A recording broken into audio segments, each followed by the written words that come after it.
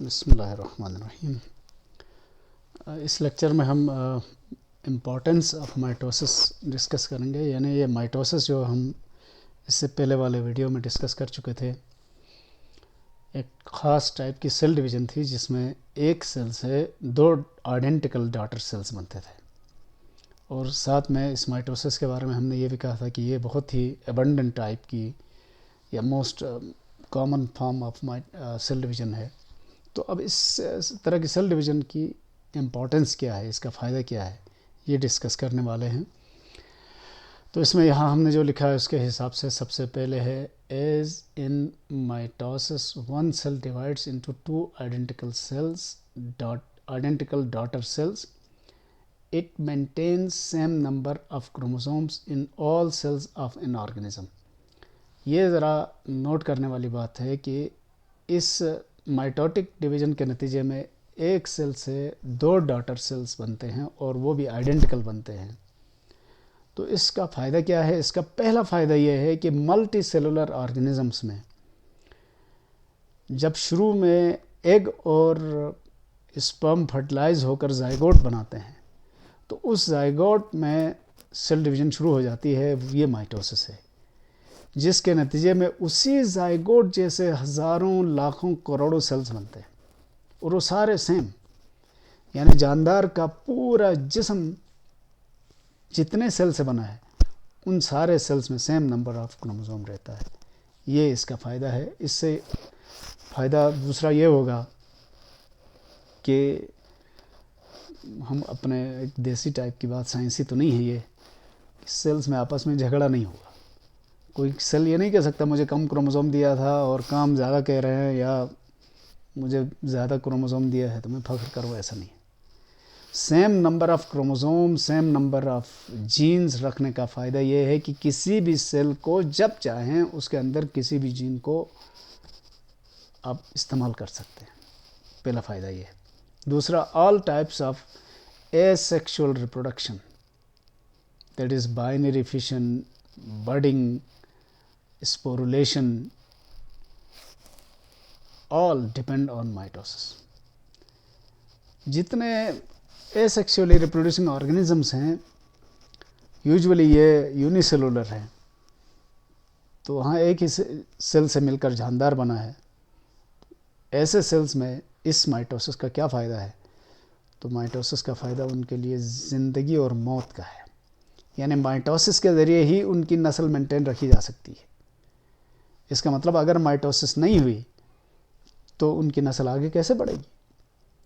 چاہے اب binary fission ہو، bidding ہو، اسپورولیشن ہو، multiple fission ہو، سب طرح کی جو asexual reproduction ہے وہ مائٹوسس پر ڈیپینڈ کرتی ہے۔ اس کا مطلب یہ ہوا کہ اگر مائٹوسس نہیں ہوئی تو ان میں سے کوئی بھی جاندار اپنی نسل آگے نہیں بڑھا سکے گا، لہٰذا وہ سب ایکسٹنکٹ ہو جائیں گے۔ تو مائٹوسس نے ان کو ایکسٹنکٹ ہونے سے بچایا۔ چلو یہ بات تو ہو گئی، اب ہم سمجھے کہ سیکشول ریپروڈکشن کرنے والوں کے لیے کیا فائدہ ہے مائٹوسس کا۔ تو اس کے لیے فائدہ یہ ہوا کہ ان sexually reproducing organisms development, growth, repair and maintenance, replacement of worn out cells depend on مائٹوسس۔